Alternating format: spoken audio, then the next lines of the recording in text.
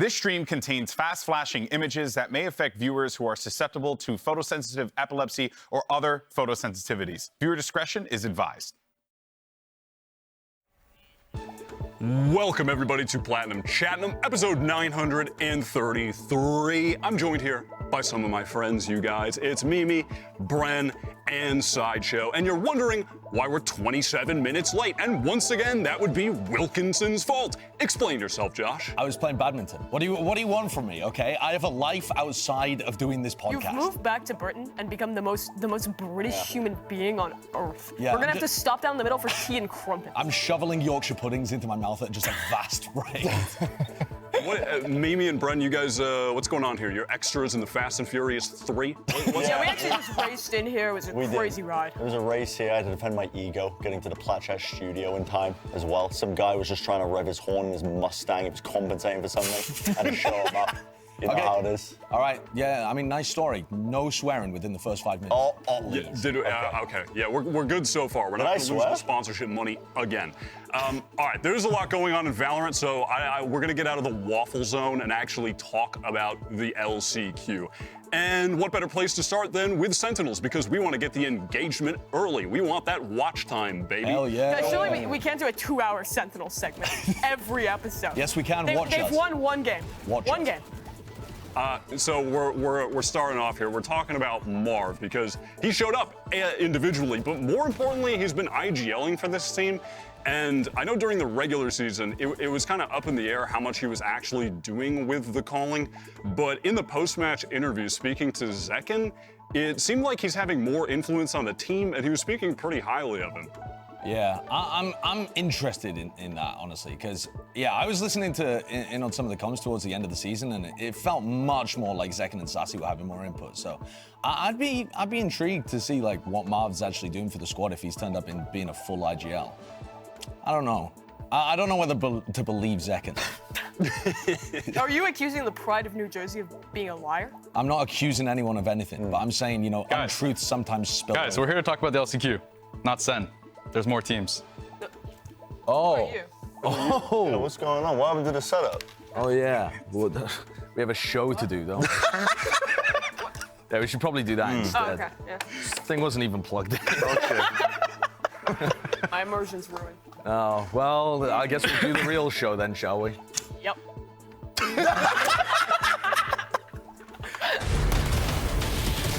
Let's go!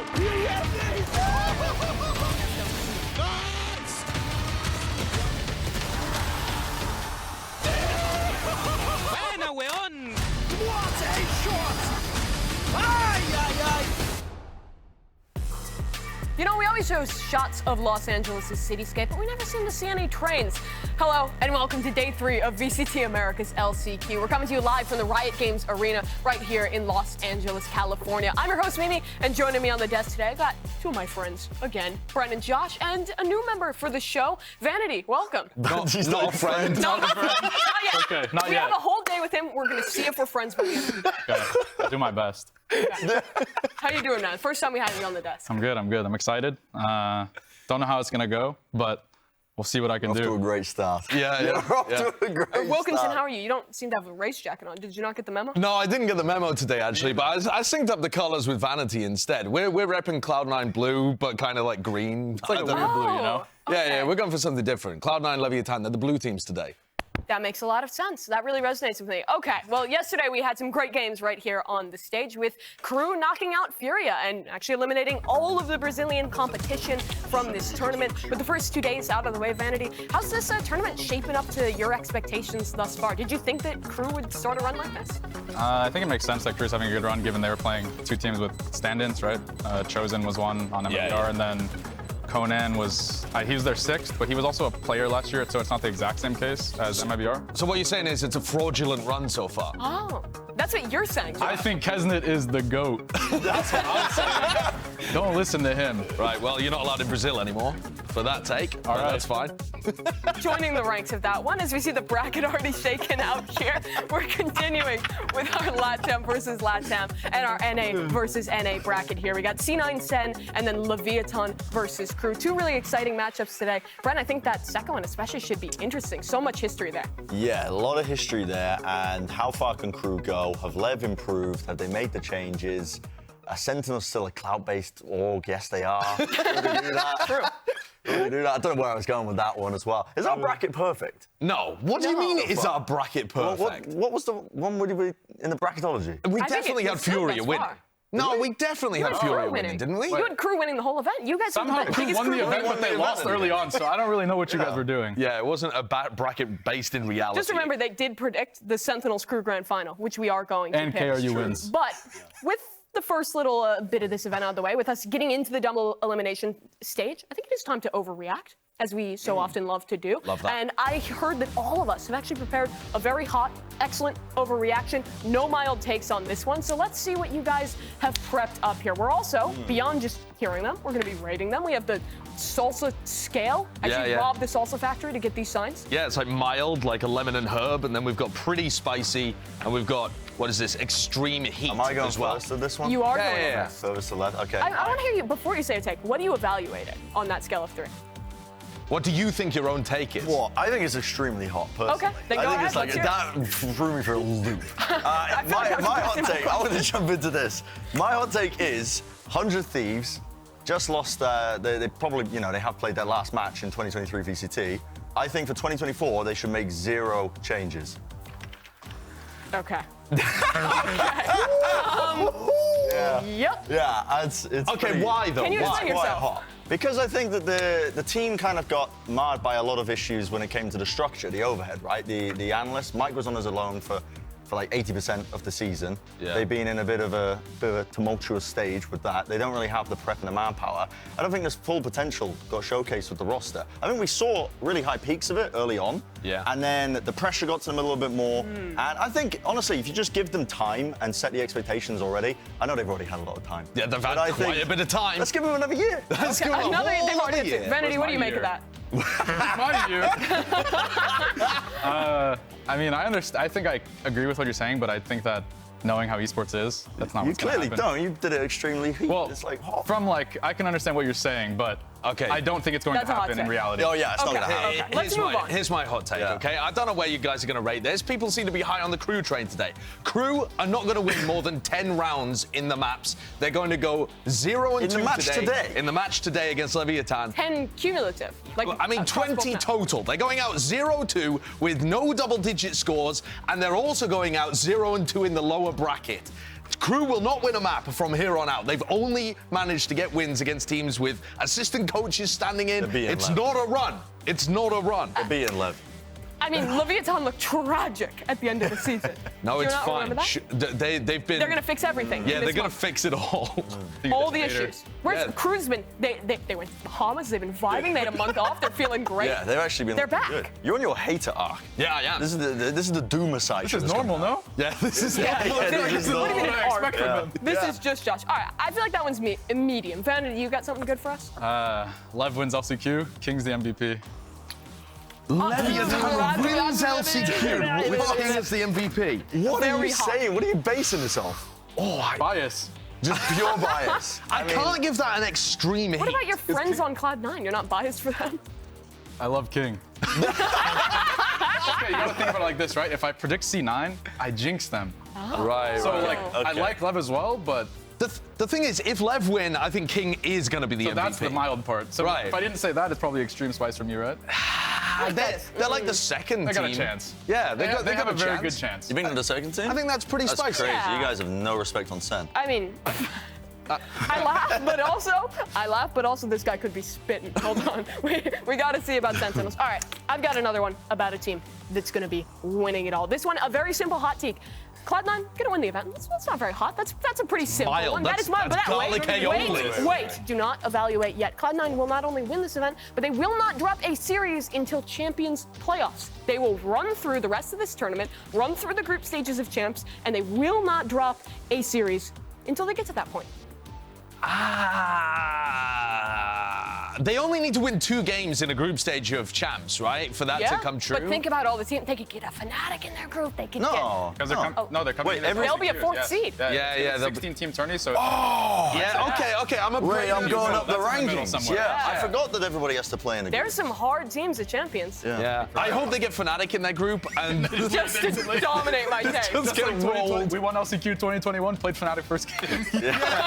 No, Riot likes their scripts. Yeah, exactly. All right, well, I don't know who had the spiciest one. I feel like We those all were all did. fairly spicy. Like They're all reasonable picante, amount. no? Wilkinson's just a hater, as we came to expect from him. But if you want to hate on him, if you are a crew fan, you can use Twitter for that. It's a really useful tool. And to make sure you can use the hashtags VALORANT LCQ and VCT. And on top of that, you can see those tweets on the broadcast. And maybe more the positive ones we'll be seeing on there. But that wraps things up for the first little block here on VCT Americas. We're going to be taking a quick break, but when we get back, we'll get into today's first matchup. It's Cloud9 versus Sentinels.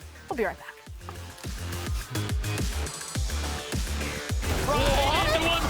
Unreal from Saucy again.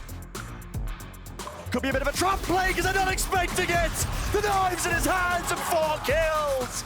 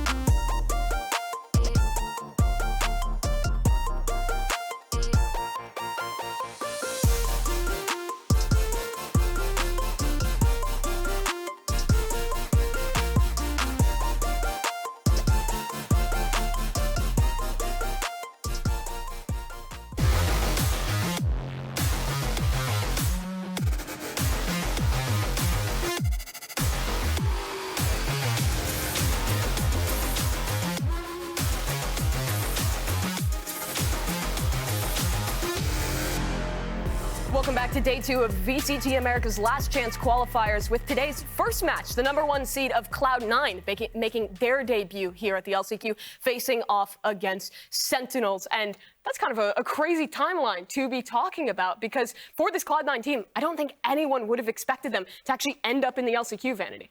Yeah, I mean, I think most people thought they would be easily one of the teams to get this spot in Tokyo. They didn't, so I mean, kind of unfortunate, but I definitely think they were a clear favorite going into playoffs. And the stakes are high as well, because you lose this match, and you know that Sentinel's social media team is going to be pounding you down. They were already brutal yesterday, Brad. Yeah, I mean, this was just an absolute Cruel and atomic unusual. bomb drop. I mean, like, on the timeline as well. That was brutal. You know, Dom was cackling, man, when he was writing up this one. I mean, this was just... Where do you even get the inspiration for that? It's absolutely inspired.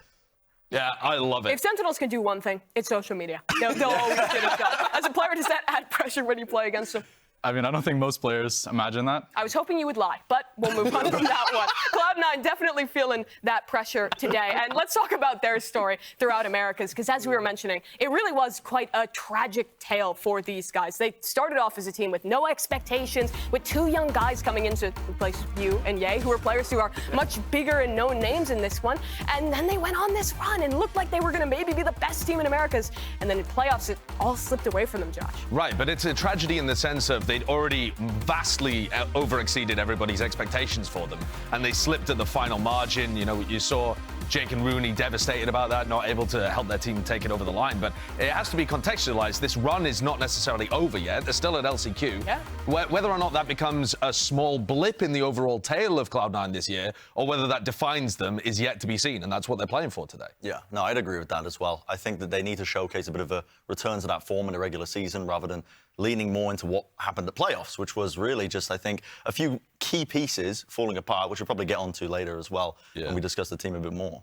Yeah, and for you, Vanity, what is that like for a player to have like such a crazy kind of shift in not only the community's expectations, but I'm sure your own expectations as a team throughout the season to then kind of have that new pressure in the playoffs, I guess? I'd say we experienced that a bit on C9, like when we won LCQ, and then made the champs. We were the best placing NA team, and then in stage 1, people were like looking at us as like, because we went 5-0, and then we didn't make Iceland. So personally, I try not to think about it too much, but it definitely is something that's like on the back of your mind. It's not something that's like omnipresent, right? Like you're not always thinking about it, but I think it's something that's like there in the back of your head that like it's like subconscious, I guess. Yeah. So you like definitely do care about the public opinion because, you know, it's impossible not to, but I think that you try not to let it affect you as much as you can. It's still always hard to resist that one. But having a player who can help bring you back down to earth and be an emotional leader for the team is such an important facet of avoiding that. And I think throughout Americas, we really saw Zelsis come into his own in that, right, Bren? Yeah. He went from this guy that was always just like the silly goose of the team who was getting fined for ridiculous things to really their emotional leader. I think he's still a bit of a silly goose, I'm not going to lie. Yeah. The guy's he's a bit goofy. I'd say that's pretty much who he is. Yeah, he's a goofy He's guy. been this person for as long as I've known him. Like, yeah, but he's 7 so years. interesting He because has he fills been the both rock, roles. right? He's been the rock for this team and that emotional leader, as you can see. I mean, we already have been discussing it multiple times, but I think it's an important factor when it comes to just bringing up those younger players in terms of getting them that experience in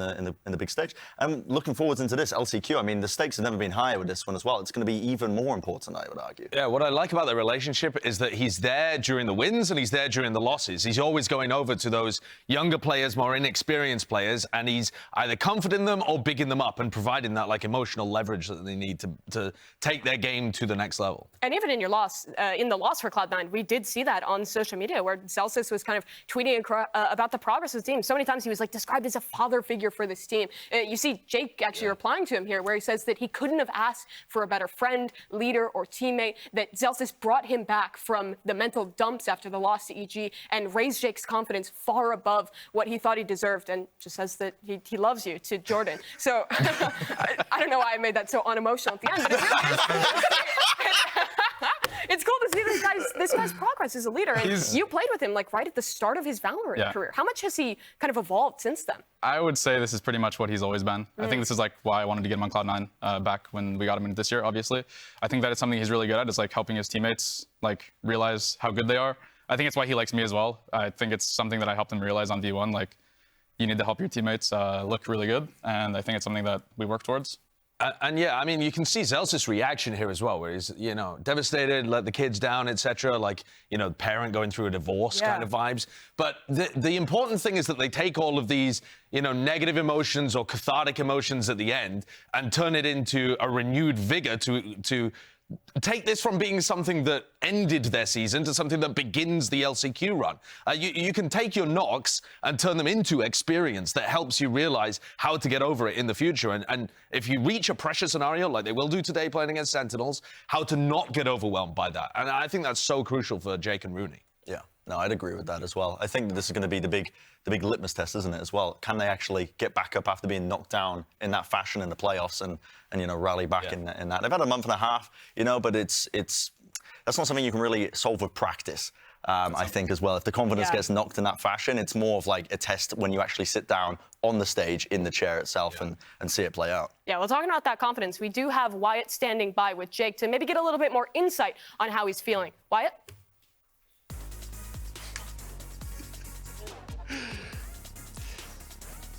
Thank you, Mimi. Jake, let me stop you for a second here. I've got a couple questions for you as to what happened in the season and moving forward here. So you guys had such a close game against NRG in the playoffs, just shy of making it to Tokyo. What was it like for you having to watch Tokyo in the offseason, knowing that you were almost there yourself? It was tough. I mean, probably words that I can't say on broadcast. It was really upsetting, to be honest, to watch them like make the run that they did and get fourth. Like, I feel like we could have done identical things in Tokyo, so it's just tough to be like 2 rounds away and just lose in that fashion. Yeah, totally understand that. And then my second follow-up would be, what are you going to focus on to actually make it to the next international LAN here?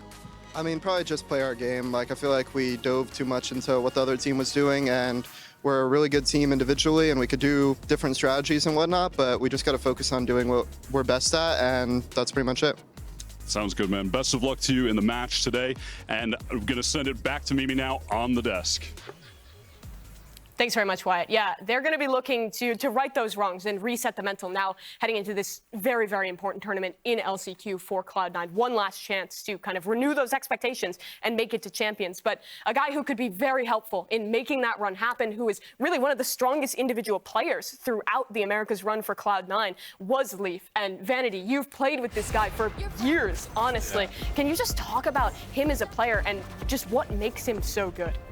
I'll definitely say the biggest thing that makes Leaf as good as he is like, he's very mature. Like, people think he's a lot older than he is. He's still like 19, He's 19, right? He turns 20 this year, I believe. That is ridiculous. I've been playing with this kid since he was like 15, and he's been the exact same, right? Like, obviously, like, everyone has like their own like flaws, but I would say that everything Leaf provides is like really valuable, and he has very few things that aren't super valuable. Yeah, he was just born old. He's one of like the most well-spoken people I've ever worked with as well. Yeah, but I do think that Leaf's extraordinary ability during the regular season was part of what powered Cloud9 to look incredible. I mean, at times Leaf looked like the best player in Americas. He was up there with Aspas in terms of I feel like they were definitely 1 and 2, like by far. Right, for the first like 8 weeks. But then for playoffs, I felt like some of that dipped, whether it was other teams getting a read on them or Leaf's individual form slipping or something. I don't exactly know what the issue was there, but I think that's going to be a major component. It's not just down to the younger, rookier players. Well, I suppose younger doesn't make any sense. When we're talking I about think he's still the youngest player on the team. So. Less experience is what I mean to say. Yeah. And that's what makes it so interesting, too, because despite that age, there's a lot of players who are really stepping up as leaders. Obviously, Rooney's the IGL, but we've already discussed what Leaf can add to the roster and what so many of these guys bring into the fold. But we're talking about good players. You know who else is good, guys? Tens. I think he's a pretty good player. Let's talk about him and pivot over to Sentinels. Because this guy, after kind of some up and downs throughout the season, being in and out of the roster, dealing with some stuff in his own personal life, he came into LCQ performing at the level that people think of when they think Tens, Brent. This was mad impressive for me, I think, because he showcased a ton of flexibility, playing a multitude of roles, and at a really high level. I mean, he was taking over at certain aspects, and it's what you kind of need from him. But it's been hard, I think, as well, because, you know, the expectations have always been so high after that monster performance all the way back in the day, Reykjavik 2021. That's a hell of a bar that he set for himself to try and live up to. And when you have the fan pressure added towards it as well, you're playing on one of the most popular orgs in the world. On top of it, all of it just culminates, and it can be really difficult. But, I mean, he lived up to it there when it really mattered. I mean, that was an elimination match. There was no second chances in that game, and he stepped up massively. His form was spectacular, but while I was watching Tens pop off, I was like, man, it almost looks like 100 Thieves are scared of him. They can't take battles against him. They refuse to fight him at the same time. I doubt he's going to get the same level of respect from Cloud9, and I also think, in theory, Cloud9's players should be in better form to be able to deal with it. Like, you can't let him run at you, because if you give Tens the fear factor, like that's what he has, right? His name, like he's Tens, right? He's like, I think, still the best statistical performance at an event ever, Iceland 2021. Yeah. I don't think anyone's topped that. Yeah. So I think that him having a good performance is like gonna happen if people let him beat Tens, right? So you kind of need to play off like as your team, because once you do that, it's a lot harder to have a lot of superstar levels. But it isn't Reykjavik 2021 anymore. Yeah. You can't just run around and go crazy as an individual and win. It really is a team game. Tell that to something. No, not going to tell it to him. It's too fun to watch. But for the Sentinels team, they also really did improve in the teamwork for a squad that was dealing with so much back and forth in the roster throughout the season. Here they look well drilled, just particularly in their retakes. Yeah, I was very impressed with their retakes. I think this came through on Pearl, it came through on Split as well, where they were just able to find moments where they were able to combine together and overwhelm their opponents yesterday. I mean, yesterday what impressed me was that they were holding on to key areas and getting back into sites and really abusing the fact that 100 Thieves sucked at the post. And I think that it was a good win condition, and they made it work for themselves.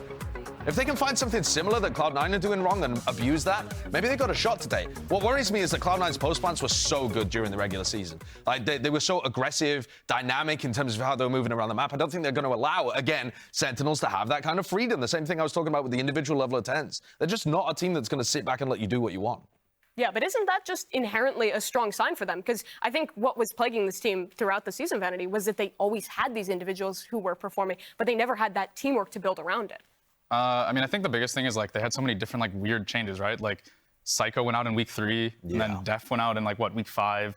It was always later. Tens went out. Tens went out for Def, and like so. This Marvin, is like Tens out. It was back and forth the whole season. I don't think they've lost. They had no time to settle with this current roster. If I'm not wrong, I think Marv is 3-0 as an IGL, as far as I'm aware. So I think that And I think Kaplan's an incredible coach. I think they have a really good coaching staff. So I think that that's a big part of the reason they look so good going forward. It does seem like the addition of the roster that can do the most damage, but despite all those changes, the face of consistency for this team is, of course, the pride of New Jersey. None other than Zekken, the best person to come out of the state, the best thing to come out of the state since air conditioning all the way back when, Brett. Did air condition? Did New Jersey invent air conditioning? Of course it did. Oh, State, okay. I didn't realize that. That's crazy. But Zekken is an amazing player.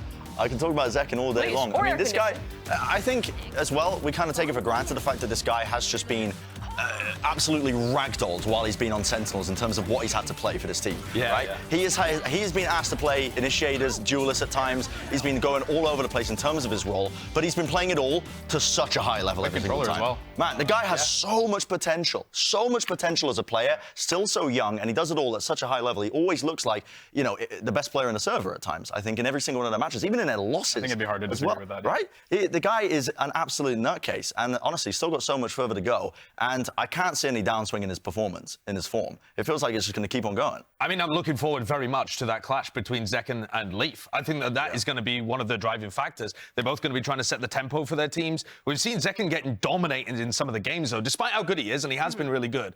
We've seen him have some matches where he's like 0 and 8 in first deaths.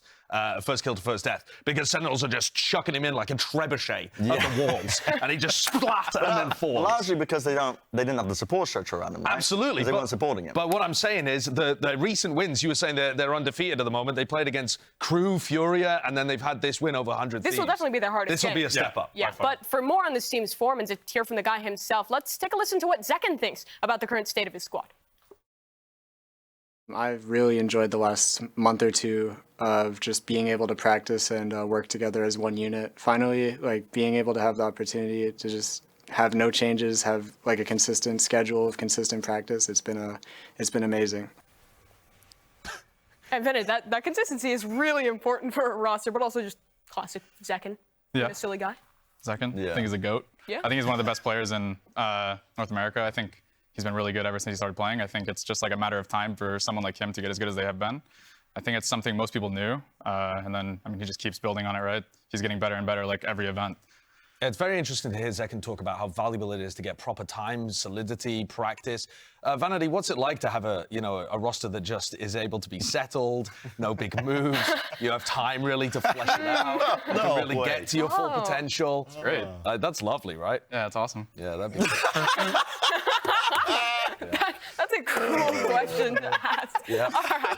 With all that set up, though, I think, Brent, that does move us on to really the biggest question here. Yeah. We can give all the flowers to Sentinels for their improvement, but this is a hard team. This is Cloud9 coming in as the favorite of the tournament. Do you think they actually have a realistic shot today with the improvements they've made? I think they've got a very good chance of beating Cloud9 today. I think so. I think that out of all the teams heading into LCQ, you never really know what to expect when you've got a month and a half off for these teams as well. Because a month and a half is a hell of a lot of practice. And like Zekken said in that piece, you know, it's been so good for them having that consistent practice and whatnot. But I think that they showcased as well that they had fixed a lot of that coordination problems. They looked really good in terms of the retakes that you already pointed out, Josh, as well. And I think that they've kind of like got everybody in really cool roles and they've got really good ideas.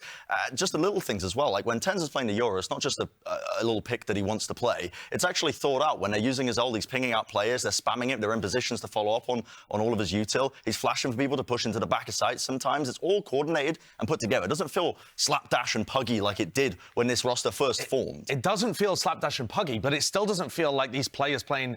So they're championship players. This doesn't feel like a championship system yet that we've seen from them before on teams like, you know, Loud and teams like NRG. I mean, when we've four seen champions on their team right now. Right, but it doesn't feel like they're at that level yet in terms of how the system is functioning. I think a lot of this game is going to come down to form. Like, what is Leaf looking like in terms of form? Tens in terms of form? Like, are they hitting the shots they need? But where's that form going to be, do you think, Vanity, for Cloud9? How does this team, who really hit their first big hurdle, recover for LCQ? Because you've made runs in this tournament before.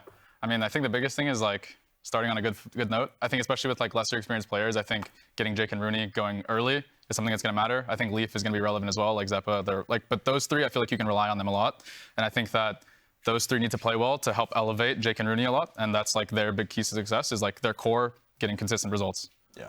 No, I completely agree with that. I think if you get the core three of Leaf, Zeppa, Zellsis performing really well, the rookies get elevated in that, right? It's like they just rise to the occasion. But when Leaf was getting shut down in the fashion he was, and it was all relying on Zelsa Seppa, that was when we just saw it falling to pieces a little bit. And the playoffs, I need to see a turnaround. I think Sentinels have more experience when it comes to these high pressure scenarios with the roster they've got compared to Cloud9. I hope to God Cloud9 are playing at a decent form, because for them to go incredible in the regular season, almost make it to Tokyo, if they flop here, I'm going to be mauled in, because they're the best candidate for a great team coming out of LCQ for Americas. They've already had that heartbreak. They've already had that moment where it slipped away from them. And now it's a question of how much can Cloud9 recover? Or will it be Sentinels finally living up to the form that people have been waiting for so long? We're making our way through LCQ. It's already the double elimination stage, and we have 4 teams left in the running for champions. Today, they're going head-to-head. Cloud9 versus Sentinels. Leviatán versus Crew. Day 3 of VCT Americas LCQ starts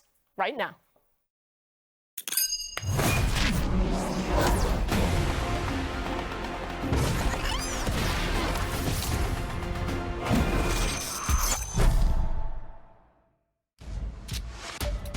The goal this year is to be able to go to champions.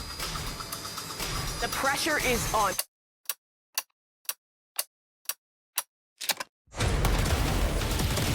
Let's go! 30 seconds. Parece que ganarle a todos.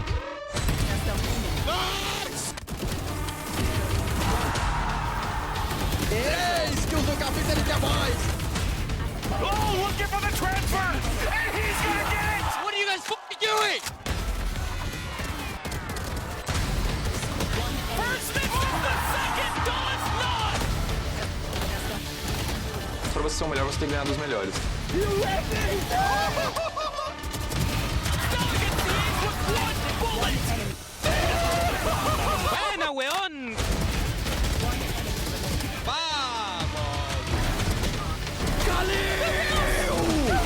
Anyone can take any game off one another. Saucy gets 3! And the B-side is now open. What a shot! Ay, ay, ay! Sensacional!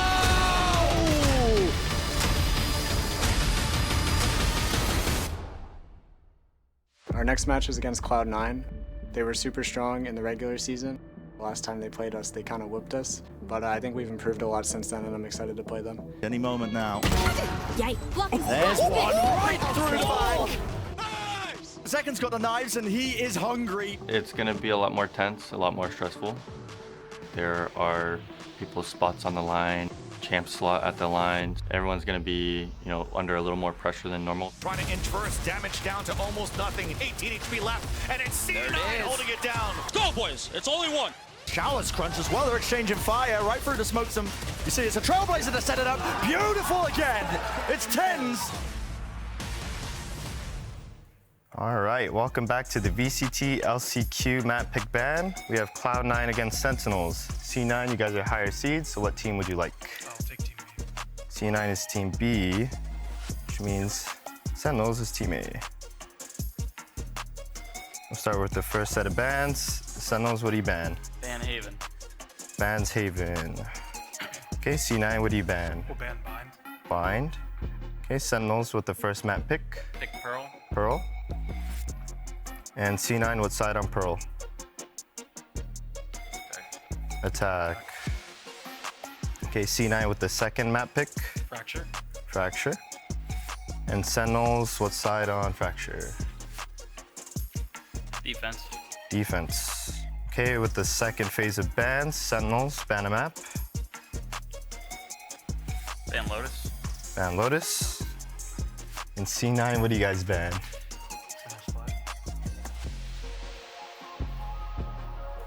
We'll get rid of Ascent. Okay, C9 bans Ascent. So the decider map is Splits. Sen, what side on Split? Defense. Defense. We'll go over it again. Sen bans Haven. C9 bans Bind. Sen picks Pearl for map 1. C9 is attack on Pearl. C9 picks Fracture for map 2 with Sen on defense. The next set of bans is Sen bans Lotus. C9 bans Ascent, so decider map is Split with Sen on defense. Good luck, have fun. Thank you.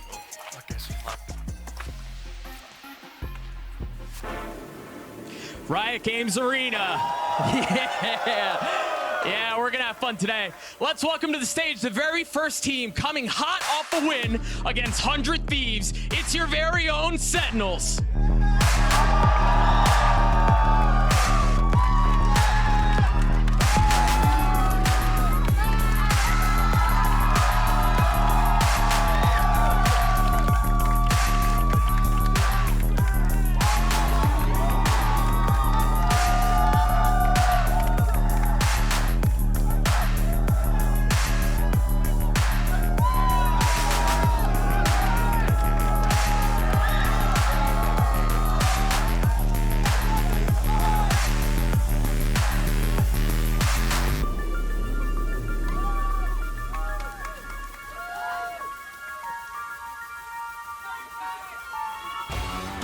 Now on the other side of the stage, the question on everyone's mind, can they keep up their dominant regular season run, or is this where it ends? Ladies and gentlemen, it's Cloud9!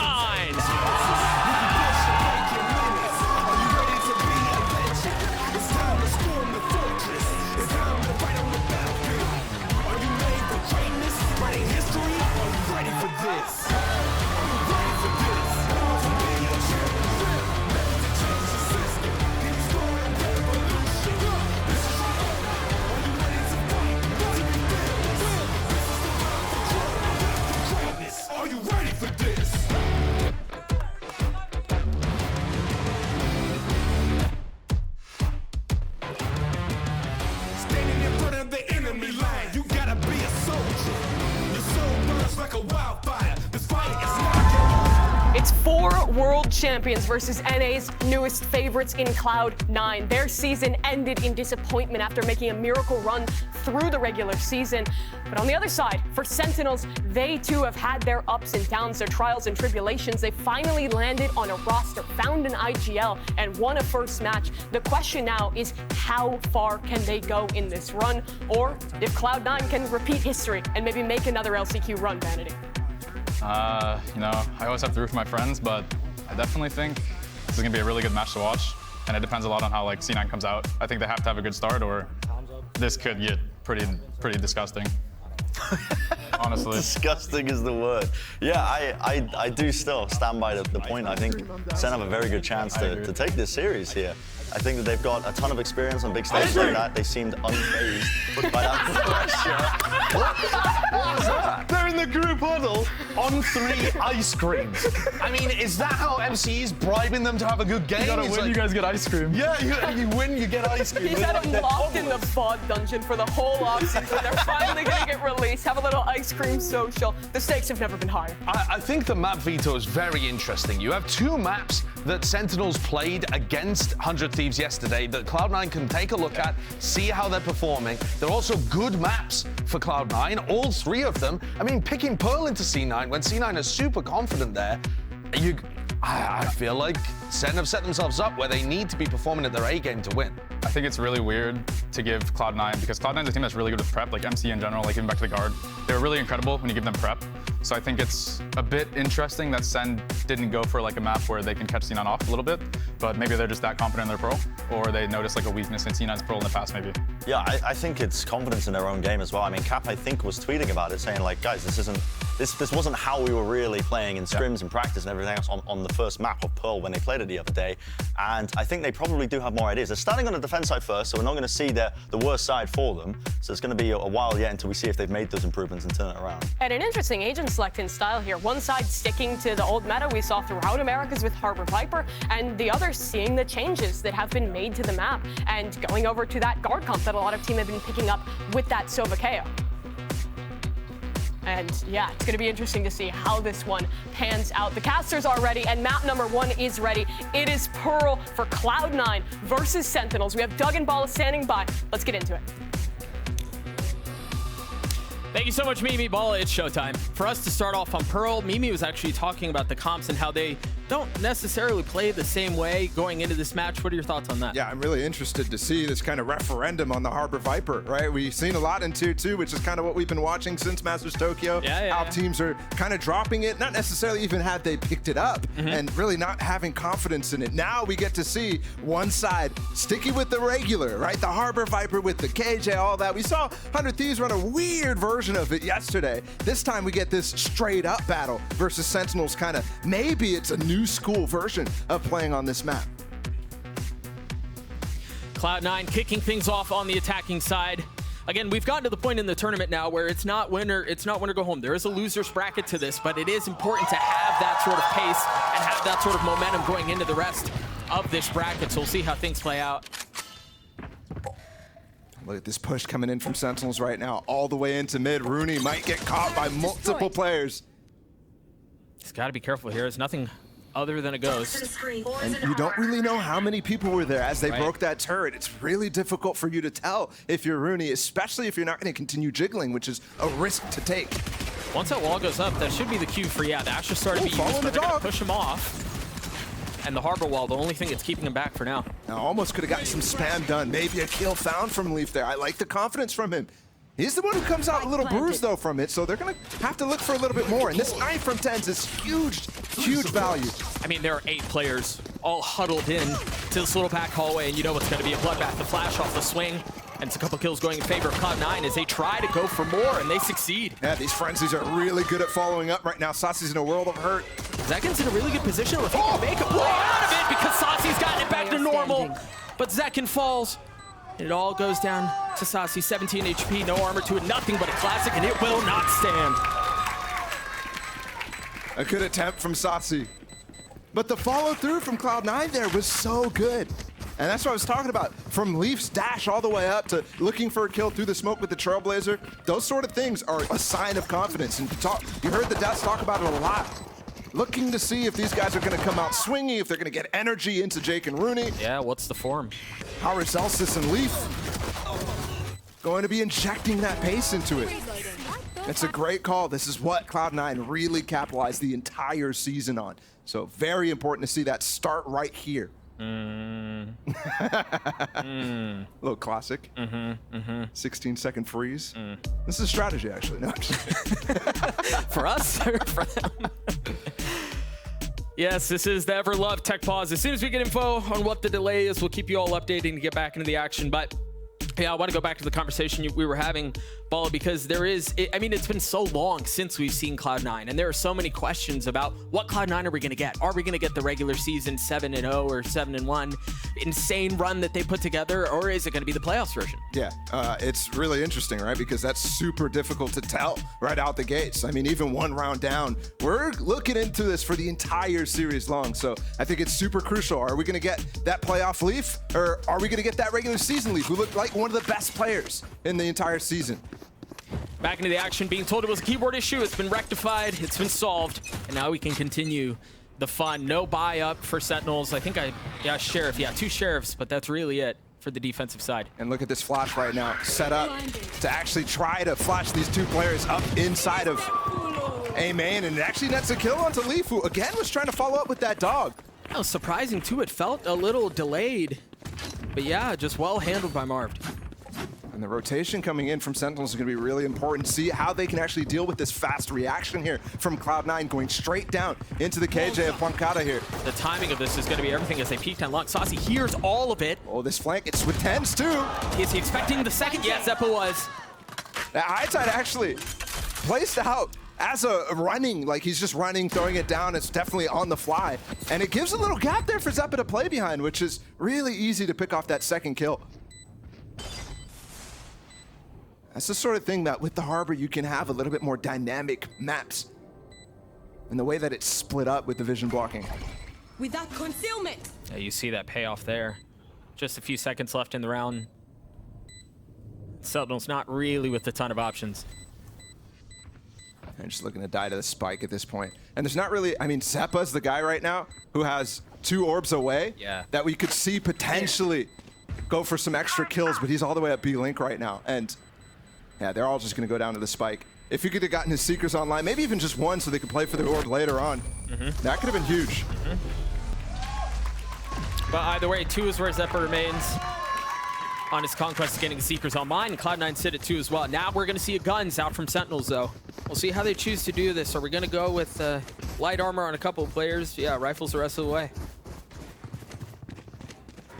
And where it comes down for this single controller defense from Sentinels is on this B side. You saw a lot of times Marv able to just put one smoke, plug up the entire choke where this Molly is right now on the B side. And it was really, really effective at shutting down pushes because you don't need so much behind it. See if that actually gets tested from Cloud9 early, because this is a very favorable spot for the Harbor Viper to go towards. Or if it's already a Cloud9 recognizing the fact that that's different now and they can't really rely on that same tool as much. They've crept their way up here quietly. The turret is there to take contact. You see the nano on the ground and they commit to it. You've already got Leaf who's dashed back sight. Keep a close eye on Rooney here on the minimap. He's the one who's going to be able to cover the rotations. He may get a jump on this if the timing is right.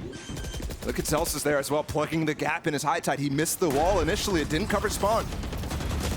Continue to push forward as kills go back and forth. How much further does Leaf explore? How much more space does he get? Because you've got Marv, who's currently sandwiched right now between Rooney and, well, Leaf is dead. They get the kills they need. And Celsius is stuck in a really tough position right now with Rooney on the flank. He has to buy time, but Rooney's even spotted by the alarm bot, still gets it out though. It's still a plant for long. That was a Spectre, but it's not going to be able to find any more damage. Sentinels find themselves around. A very good anti-bonus. And allowing Cloud9 to get onto that B side, but then still able to deal with the pushes that are coming on top of that extra layer that we actually saw on the A side early on in this game.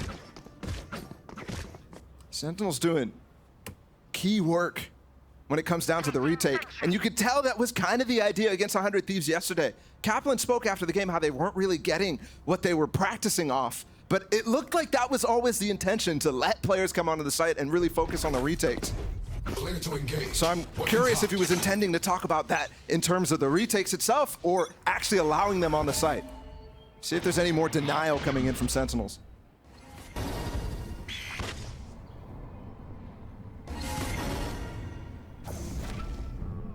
See this brutal setup that they have in Art. While Zekin takes a few more steps back, cautiously, so he can have a way of escape. And he's well for it too. There are 3 members, make that 4, excuse me, of Cloud9 who are just waiting to pounce. They've already got the Harbor wall out. Jet is dashed out onto the site, and now they're gonna follow everything behind this Cloud9 push, with the exception of Jake, who's covering the rotates. They invest the Seekers, they invest taking space in Art. That's a great fake flash there coming in from Zeppa as well, to allow Leaf to continue to push all the way up, and there's no help because Tense has fallen back through into sewers away from Marv, where they were both playing together earlier on in the round. Celsius 1 point away from having his ult online, in a position to be able to net it. Look for it off the flash. That flash is beautiful again to get Celsius off, and now Jake is going for this flank. Tense is in trouble. Does Tense... No, they don't know. They've walked right by each other. They have no idea. And it's just Tense by himself, so there's a very good chance he gets cleaned up. Oh, wow. Or he just gets away. Wait, that was odd there. That was the communication very weird there. Tense clearly fired off a shot, and Jake did not turn around. Instead, now that he's gotten that information, he's going to try to cut him off, but Tense is a little too fast. He's going to try to Houdini himself out of this round. Can he stay alive? He takes down Jake. 2.8K, he might be able to buy, no. Might have been able to drop a weapon if he gets a second kill there and still be able to buy up some light armor. Instead, he will fall, and Cloud9 will immediately force back another eco from Sentinel. So losing the bonus, not the end of the world, but it's definitely not the streak that they potentially were hoping to get after earning 4 players alive on that first anti-eco. Yeah, absolutely. First timeout called courtesy of Sentinels. We'll see what the adjustments are out of this, or what it was that Cap saw that made him want to call this as early as he does. It was really interesting in the series yesterday against 100 Thieves. Kaplan was very light on the timeouts, kind of allowing 100 Thieves to burn some of theirs really, really early. And in this case, obviously, it was some pretty hot starts from Sentinels. This time it's the reverse. So has to get back in there early, has to readjust the game plan. In that situation, I think the follow-up push with those Seekers was not what they were expecting. They were expecting to use those as the execute was going on, and that's probably what they prepped for and why they were playing up in art. And then as well, when it's such a heavy focus on locking down the middle of the map and not allowing any of those flanks to come through, for it to actually come through later on. Obviously didn't get the kill on TenZ, but that definitely is something that you got to patch up as time goes on here. Now they have to figure out how they're going to patch that up, given that they just have 2 stingers. The last time on the eco, you saw TenZ here on this A site give a really good flash into A main for these 2 players, and it did get them a kill. So let's see if he's going to be able to do that again. Remember, it was Marv's classic who dealt the blow that you were just referring to, a stinger this time. Yeah, the setup looks very similar, though. This time he's so far advanced, he's not going to be able to throw such a good flash, but the smoke is set up there too, and the knife didn't garner any information. Look at this dart as well. That's actually just popped all the way down B long. It's getting so much information about what has actually happened over there. Nobody there, nobody breaking the dart, which informs that it's going to be mid-presence, especially with the information you have on that A lobby. Yeah, it's really interesting too. It seems like Sentinels are very content with giving up this space. Remember their match against 100 Thieves yesterday and how many times we saw Cryo in this exact spot? They continue to give it up. They continue to be comfortable letting TenZ play back and spawn and then pivot around that. What do they do with this advanced setup though as they try to funnel their way out from art? They still have Zekken who's playing back in A main, but remember, it's just a ghost. Oh. Marv could have gotten a lot more damage there. He's a little quicker on the trigger because it's 2 players coming through his smoke. He did a good job of actually avoiding the first player, which was Leaf getting out on the site. Should be a very clean round for Cloud9 the rest of the way. It's just 2 members of Sentinels that remain. One enemy they do remaining. lose 1. If I cut a stinger now, the only thing left standing. I really like how Cloud9 contacted up through art there. Yeah. Despite the fact that Sentinels had so much information down belong, in A main with Zekken's push, despite that fact, and Marv even did a good job jiggling and spotting the fact that they were all the way up art, but Cloud9 got so far advanced before that information really was confirmed that they were really comfortable going for the hit, and to see Marv specifically being the guy there. Try harder. Especially in the last couple of rounds too, where you actually had some art presence from them. I think Marv's position also clued in that Zekken was an A main. That's why Leaf's able to chase him down so easily in that instance. There really hasn't been a focus on this B side from Cloud9. They're not worried about it at all. Just relying on the advantages that they've kind of gleaned already. Yeah, and oddly enough, Sentinels are a bit concerned with it. They've put Zekken down there with the op. You've got Sassy there by to help in case things get a little hairy, but once again, Cloud9 leaning towards A. It's gonna be very similar. Contact your way up art and then pounce. This time they invest the Reckoning, a recommendation to reposition. And it's really just Marv who's back there. Oh, there's a counter ult coming in here from Spawn, from Sassy. Oh, he has a couple too many targets to look at. He's been tagged by the first. Leaf 38 HP, he's dead. Had no shot. But you just used that Hunter's Fury, and Rooney now has his cage ult that he's set up in A main right now. It's so hard to break this. There's not gonna be really anything here from Sentinels to do except try to get these kills and wait it out. Yeah, do you dare bum rush? Do you sit out time? You actually have far. Oh, you have this Cosmic Divide, despite the fact that Sassy's getting detained right now, and you also have TenZ's ult. They're gonna have to push past it though if they want to take this fight. TenZ is already fallen. Zekken's on a flank though. He's got the op. Just one around the corner and he falls. How much more can they find though? Time is running short. This wall is terrible. And it's brief. It's so dear. Zekken gets another one, but that spike's gonna go off. There's no way in. Very confused on that wall. It's like they didn't know where the spike was planted there. It was literally just on the wrong side of what they were looking for. I mean, there was a moment there where I thought, okay, Zekken coming on the flank, he might be able to salvage this, but oh boy. Wondering what happened there from Marv, if it was a misclick or if it was intentional and he actually thought that the spike was ahead of that wall. That one hurts. And that's one that's gonna frustrate the players and the rest of the teammates here on the Sentinel side. Because you had the tools still, even with Cloud9's lockdown, you had the tools there. Cloud9 is looking really good at picking apart this A site with many different variations right now. And they eventually just get that high tide up and it siphons off TenZ from Marv. Nobody's able to help the anchor on the site.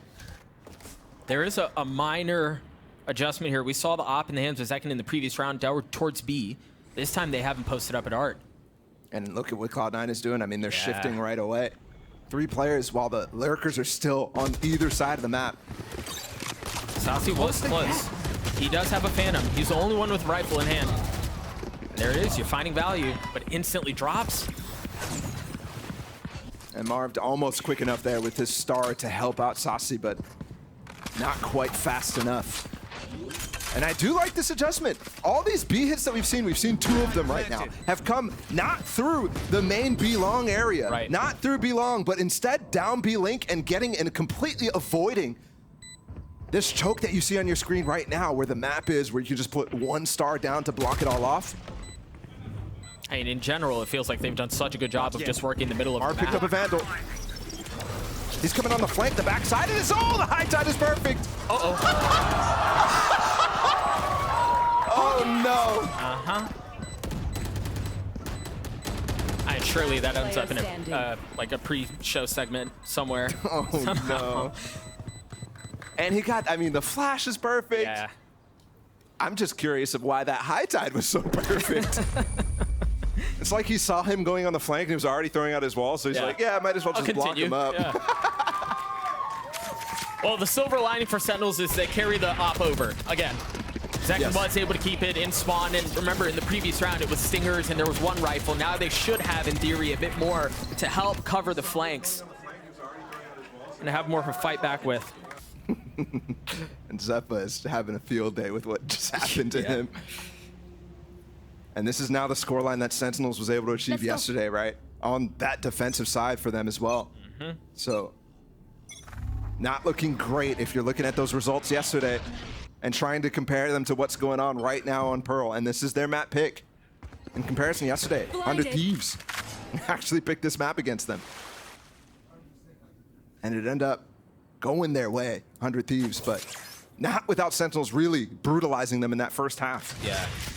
You know, having watched it, and I was having a conversation with Marv before the series started, they felt like, and it felt like watching it, that they were just a couple of adjustments away from Pearl going in an entirely different manner. Oh, so absolutely. I understand the confidence in wanting to lean into this pick and go back to it, but it just looks very rough against Cloud9 right now.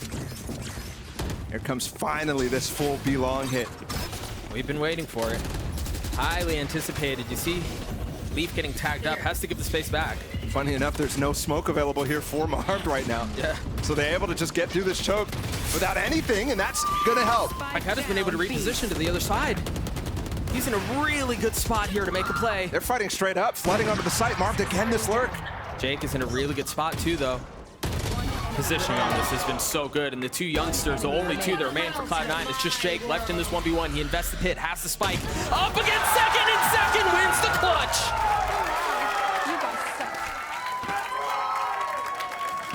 Crazy effort from Jake and Rooney to bring that back, but Second as well.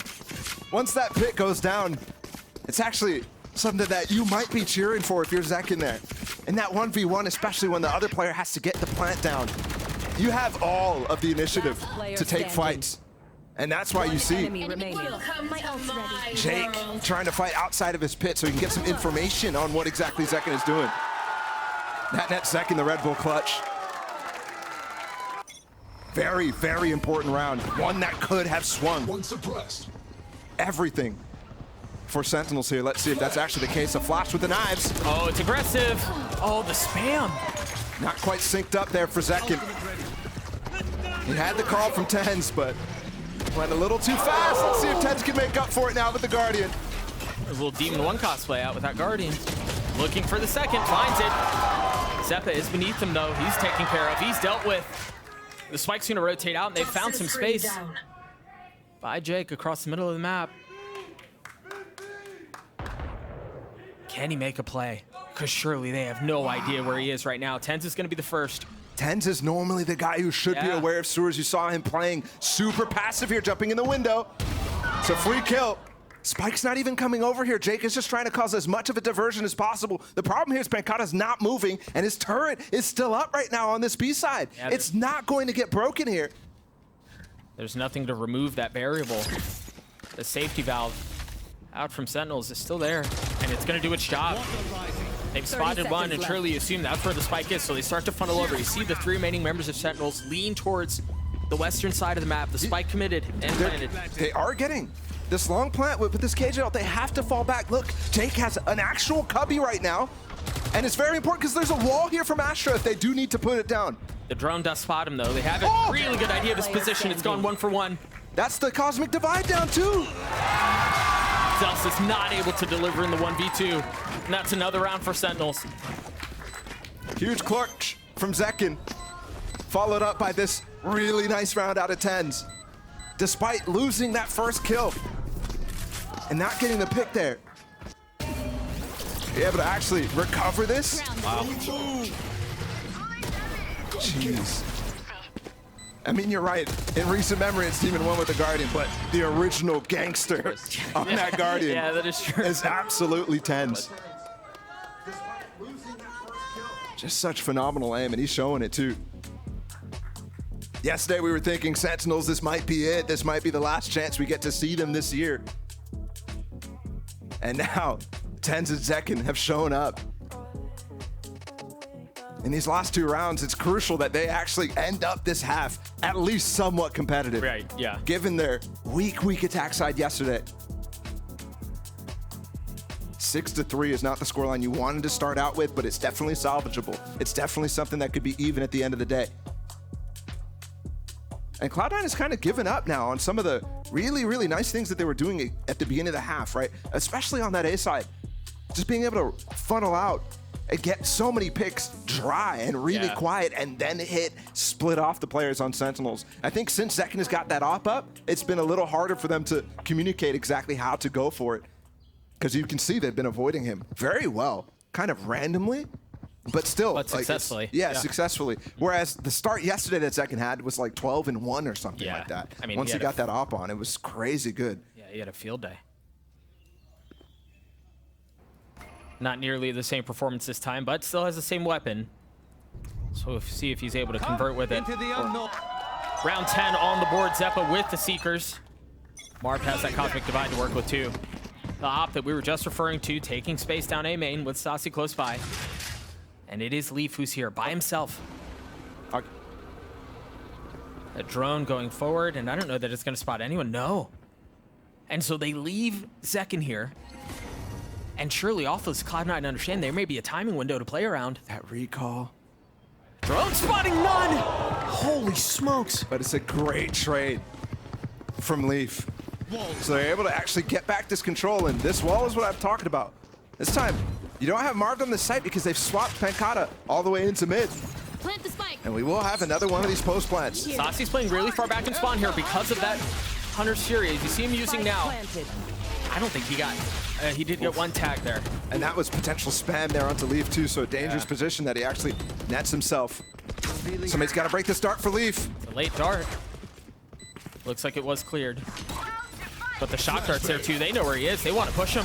And it's a shock that's clean him up. And this time the Cosmic Divide is good. It's actually blocking off the spike in this instance. And they find the success here. The flash shot from 10s, and Stassi gets 2. The third on the round, leaving Jake alone. That's a much better approach on that round. And it's exactly the same pieces. Yeah. The only thing that was missing was Rooney's lockdown on the other side, up into A main. So you can see, even with some extra time there, how beautiful that retake is going to be. That combination against that plant is just brutal. Everything blocked off. Oh, and a great shock, too, from Stassi. There were 2 that he dumped in there. The second one was the one that got the kill, but you're right. Remember, he got that ping because it was Hunter's Fury early, so he knew where Leaf was. And then with the follow-up of them breaking that dart, you can tell. He's like, yeah, somebody's still there. Yeah, he's still there. Yeah, absolutely. 2 more rounds and a half. Now we're finally seeing Cloud9 actually forced down to a light buy here. This is where they were super successful in the regular season. Ooh, damage taken on the Jet. That's an updraft double knives play to try to find Zekin on his op. They found him. Not via the updraft, but that gun rattling off will confirm the suspicions. And they continue to try to work this middle of the map. Use the Trailblazer to get into space and leave Leaf there. And remember, this was one of the things that they found so much success on A, from exploiting this area of the map. They've returned to their old ways. Can they convert around? Second right now is going to get completely isolated here in Flowers. He needs to get onto the site in front of everything right now to actually help out Marved. Here he goes. Peek out with the arm and the dash. Takes Jake down. And just waits. You see him daring.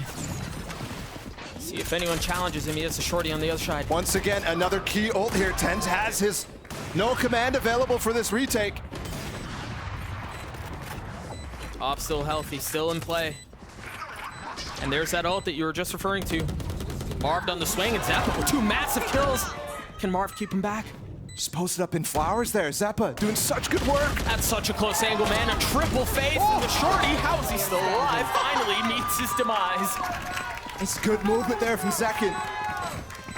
And I mean, heroics to start off that hit. Marv actually successfully gets off the site, but you can tell there's 2 different ideas on how that approach is going. Zekin's trying to save him while he's going for this, and Marv is falling off. And that's because of what has happened so far in this situation. Marv continuously got separated and isolated. Oh, what a huge 2K from Zeppa, man. Control on that is crazy good. It's so difficult to get the op in to positions like that. So huge props to Zekin.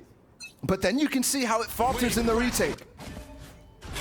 And now Sentinels have to win this next round. Oh, we might consider this a possible stop here from Cloud9. And they've got this Reckoning available now from Zelsis. You saw them use it onto the A site previous. And Saucy's in a position where he could get punished by that. This time it is from main. A drone reclear. It's got to get cleared. Oh, that saw so much. They just picked up the orb too. Lockdown as well. A very strange high tide to actually just allow a plant really early. And Leaf is going to go through it. I mean, he's got the Reckoning to scale up with. He's got the cover of the lockdown, and he's got a kill onto Tens. I mean, there's miscommunication there. Tens not really aware how far Leaf is. Yeah, he's already netted himself a second one with a third. Possibly. Pancada, oh, it's actually Marv, but Pancada may have found a timing here. This guy's just farming. He's tucked behind the orb, and he doesn't land the shots. Leaf's on the courts for an ace.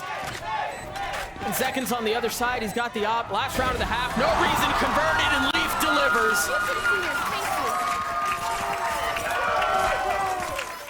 Such a strong player. I believe now the fourth ace of LCQ in the first map here for Cloud9, their first outing in this final tournament of the Americas season. What a round for him, and really a dominant half here from Cloud9. And it all started with a bunch of A hits in succession. And it's how it ends too. 2 rounds in a row for them on this site.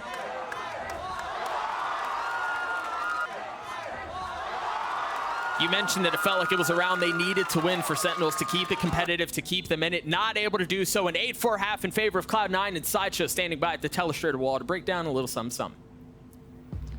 I was so impressed with how Cloud9 were playing their attacks and playing their post plants. So I want to walk you through some of their ideas, starting all the way from the pistol round. So we're going to see Zeppa here using his Trailblazer, combining it with that high tide to get Leaf really deep on the site. And what I want to point out is how far they go and how far back they push the rest of the team. So you'll notice here that the Trailblazer is going all the way through that high tide that they've put down themselves and pushing these guys back in art. The people in art are going to feel pressured at this point, and as the rest of the team kind of floods through, they pick the opposite direction to set up a dynamic post plant, go through their own high tide again, and get set up for a very nice setup in secret where they can all play off each other. We'll take a look on the full screen minimap again and show you roughly what the idea is here.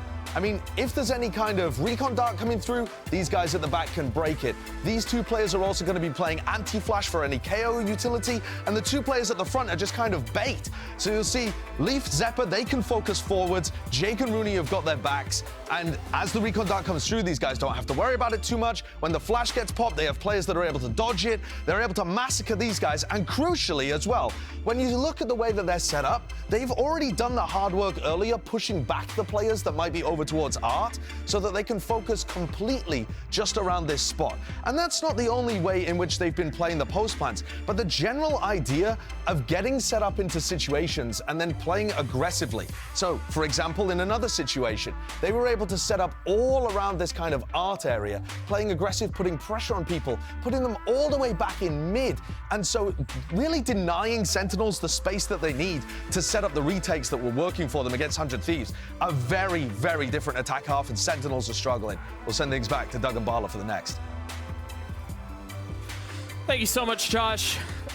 Very eloquently said, as is always the case for our dear Egg hanging out over there by the telestrator wall. But yeah, again, a lead for Cloud9. They've been able to put together last couple of rounds to get them in this position, and now it's on Sentinels, their attacking side, to see if they can dictate some of this pace, because remember, you alluded to it earlier, they struggled on this half yesterday.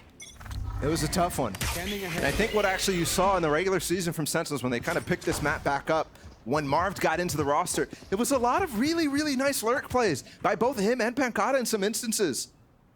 I mean, very similar players. But none of that was going for him yesterday. They weren't really relying on it, and that might be kind of a new focus for them in the time between the regular season and now here at LCQ. That's a great pick. Yeah, interesting that Leaf decided to peek ahead of that. I thought there may have been a flash set up from Zeppa for him to swing out from, but that spike is sitting out no man's land right now. I mean, this wall is so difficult to get through still. Jake reaches across it, gets a third kill on the round, but Marv managed to scoop up the spike. So they decide to throw the brakes on the round, hold for just a moment, let things settle before they creep forward. Another clean shot. Fantastic awareness there from Rooney on the gap there in that wall. That high tide, because of the elevation of that little map there, actually bricked out. So Zelsis called it in for him, and Rooney's just peeking right into it. You thought that the player on Sentinels there was going to be able to take advantage of it, but instead gets his head ripped off. Saucy's waiting to see if anyone challenges. Turn, he's got the shot! So close to hitting the second! But he has to reload, and now with 10 seconds left, he has to commit to the spike. Round far from over there as he gets another shot. How many more of these will you get? He drops down beneath them. He's on the hunt, he's on the chase, and Rooney wins the round. You thought that might be another vintage Saucy moment. Instead, it's the newcomer to the league, Rooney. Still coming up huge. Actually, both Jake and Rooney getting all the kills there. In this situation, Jake did such a wonderful job on this hold. One enemy remaining. How can you deal with that? Those ghosts from that range. It's just so good. And you can also see the deficiencies there from Sentinels. Spirits high, though, from the Cloud9 side, and that was definitely something that was starting to falter when it came to playoffs time. Once they got that big first loss after their honeymooning in playoffs to EG, it was a lot more serious. The tone has shifted. I mean, they just straight up disrespected this early cascade. Out from Zelsis, they push right past it. It was so deep, and now the second one, but the thing is, they're already through. Zekken's already made his way out. Tens is gonna follow. Maybe the third wall after it can be the difference maker, or it's Rooney with another Sheriff moment. This is back. The Cloud9 Sheriff's ridiculous. He's just little hip firing that thing at Mac speeds.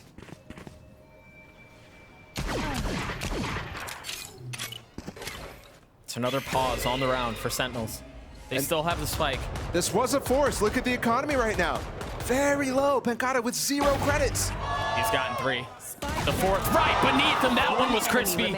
Leaf cleans it up, and it's a flawless round for Cloud9. Just disgusting. Those sheriffs, those pistols, this team is absolutely brutal with them. All regular season, they were the best team with the ecos. They were the best team with the sheriffs.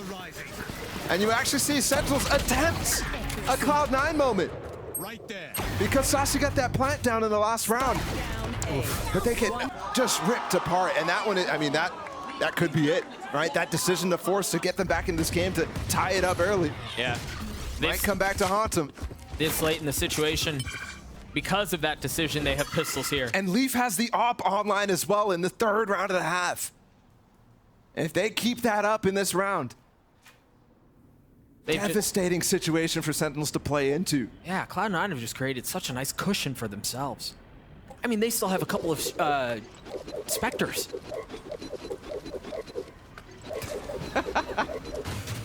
It's addicting.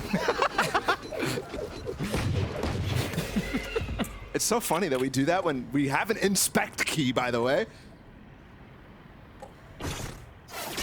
Caution from 10s again. They're not just, it's not clean. No.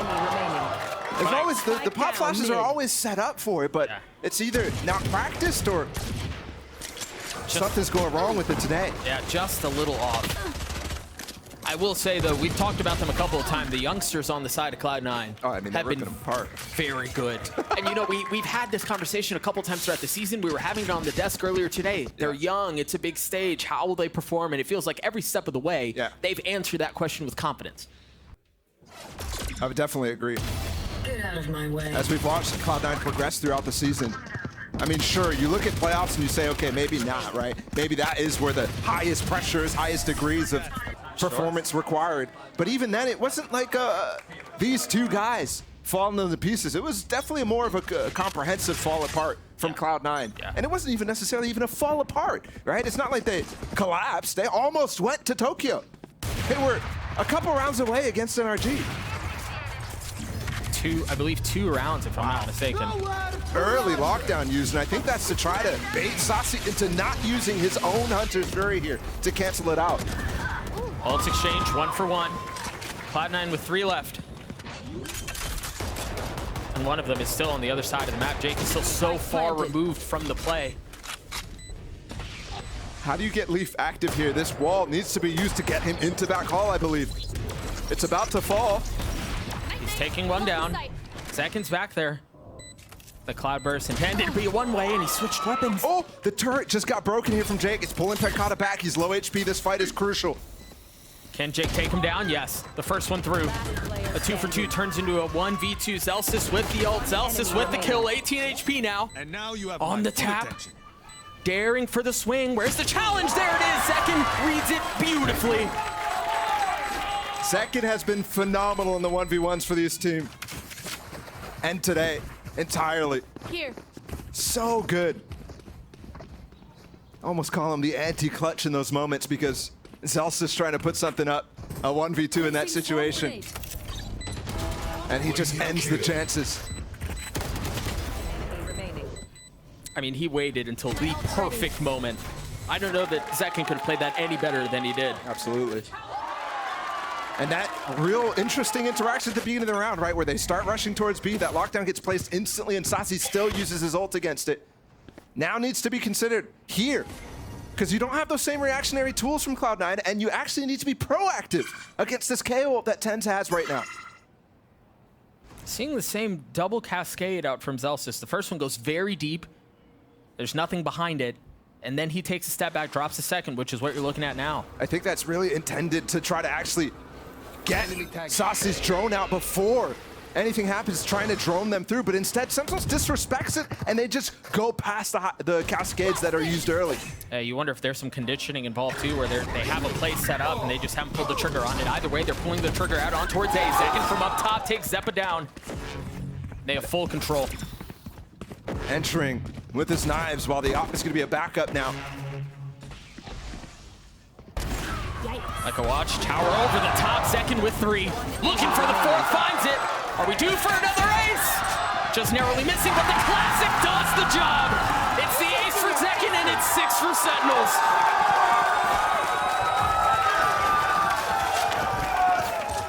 He is the fire starter. The clutch in the first half, and now potentially shifting things back again here in the second half for Sentinels. When all looked lost, when it looked like Cloud9 was going to soar straight to match point. What a round. It's always cold out of him too, man. No reaction, no smile, no smirk, no nothing. But Sentinels still have so much work to do to get back into this map. They're showing sparks, but they don't need a spark, they need a full-on fire. Maybe that play is what gets him there. Off of the flash, Sassy getting pushed back. Zepp is trying to punish the orb pickup there. Meanwhile, they're pushing down mid, and Jake still finding value again with the shares. Leaf with a follow-up too. I mean, Leaf's positioning there is just perfect. Might have been something brewing here from Sentinels, but classic Cloud9. They just rain on what could have been something kindling here. Sentinels. It's the Brazilians to try to bring this back. It's Pancada, it's Sasi. The 2022 champions.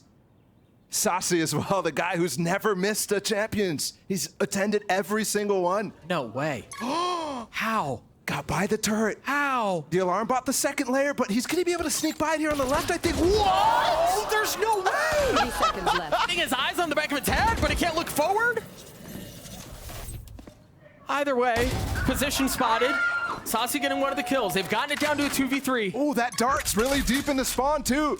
He actually gets a lot of information on what's going on. Pancada's gonna be able to potentially rejoin him, not only through B-Link, but also all the way up long, and it's planted for them. How's the delay gonna happen? Pancada has 2 nanos. Sasi has 2 shock darts. Could the utility be the difference maker? No, it's a swing out. It's an aggressive one. The wall keeping both of them back. And they fill in the space behind it. There's the first nano. The second, too, but Zelsys has gotten it to half. That's 3/4 of the way now. Unless the spam hits, he's gonna take it. He does! The kills come through, but it's a thrifty for Cloud9. What happened to those mollies? There's no way they both got cleared out. I also don't know how Rooney hit the shot at the end. I saw that look on your face. I don't know. That is crazy.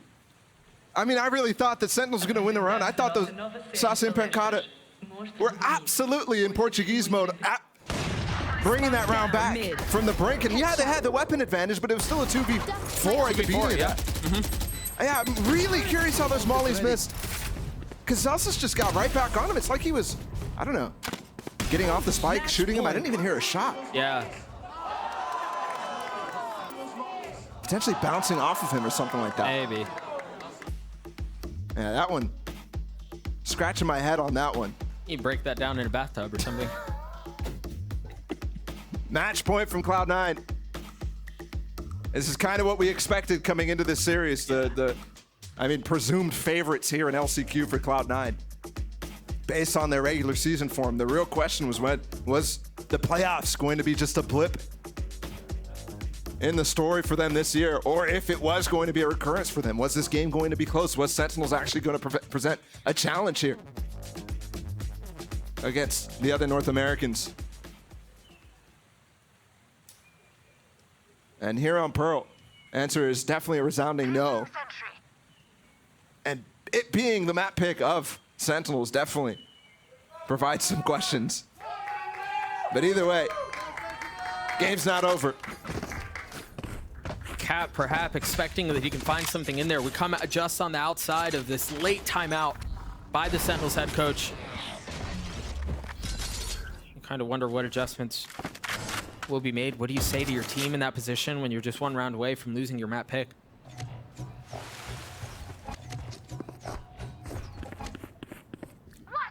And they have to get through so many big ults here from Cloud9. Reckoning the pit. There's some nice ideas for Jake too on this map. You can reactively put it down. There's so much. And with only the drone for Sasi to really push anything through that, it's going to be difficult if they aren't able to bait it out early from Jake here. And that has not been the case. The drone that you mentioned used, pit still in play. Maybe it's Sasi's ult that can find something and make a difference, assuming we get to that point, but for now, nothing but questions. I'm curious on what the information is that they're actually garnering right now. Are they actually able to locate the position of the Viper? It's been the KJ for the most part here on the safe side. We're gonna have Sasi ulting on the back line for the execute for Zeka to go in. All he's doing is splitting the uprights. He didn't tag a single person. Rooney gets cleaned up anyway. But the Cosmic Divide keeps them back for now. It's going to be another fight, just like the pistol. Is this where it all ends? It's actually just Zekin up here, and it's a 1-for-1. Everyone else backed off.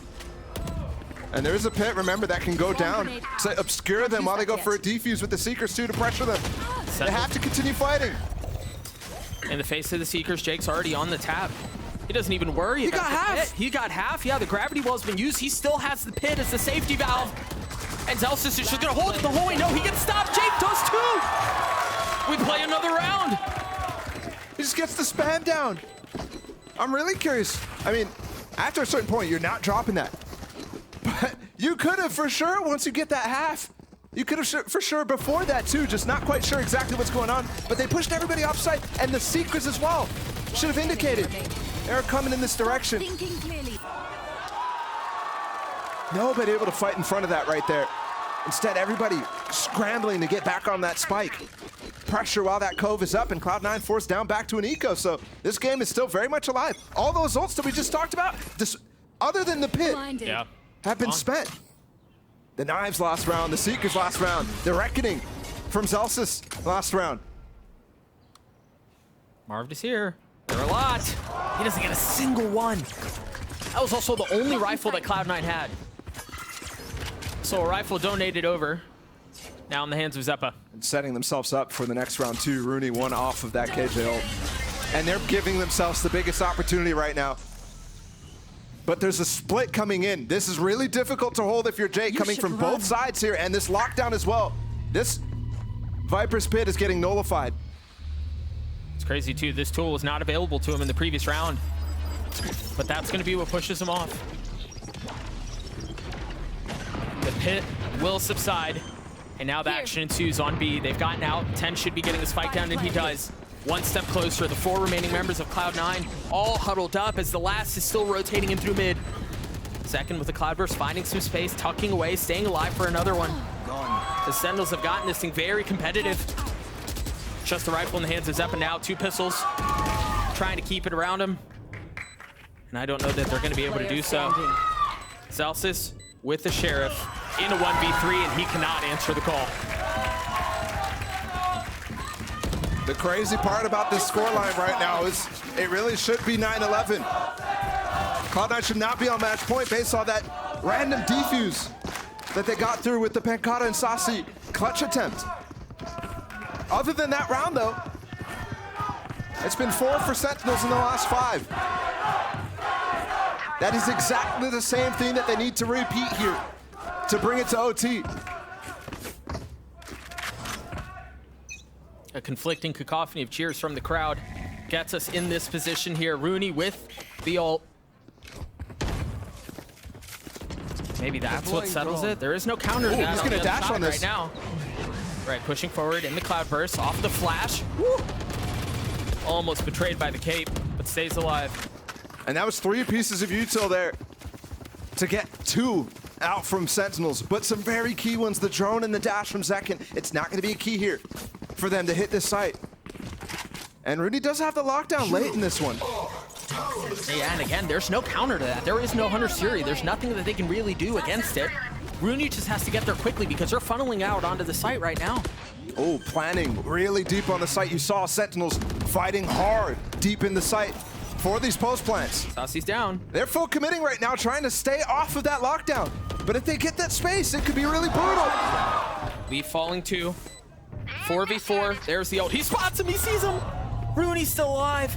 And this is devastating. Is that nade gonna actually succeed? No, it misses. It misses the lockdown. Just barely. Zekin's not finding any of it. And guys, the plant is in here. It is completely safe right now. Can Marv and Pancata keep it up? Can they keep it alive? One of them detained. Jake has already gotten it to half. Zeppa cleaning one up 3/4 of the way. 90%, it's done. Pearl goes in favor of Cloud9. Relatively cleanly as well. So clarity comes. And we're going to map 2 with Cloud9. A pretty decisive victory here on Pearl. Definitely some momentum swings for Sentinels. They can't just rely on those. They really need to come in with good game plans and have them work right off the bat. And I think Cloud9 did a great job ripping that to shreds right off the bat. To be able to weather the comeback, the momentum that was starting to swing back in favor of Sentinels. What you mentioned, 4 of the last 5 rounds have gone in favor of them, and had it not been for that diffuse, Who knows? Yeah. Right? So it was very competitive at the end, but yeah, I think all things considered, Cloud9 came in with the plan. They exploited it. They found the weaknesses in Sentinels areas, and they were able to walk away with a win. But it was not without drama at the end. Rooney Sheriff, Seconds ace as well, Leafs ace. We had it all. And you know, it's not normal I walk away from Pearl feeling super excited. Normally I'm a little deflated, but no.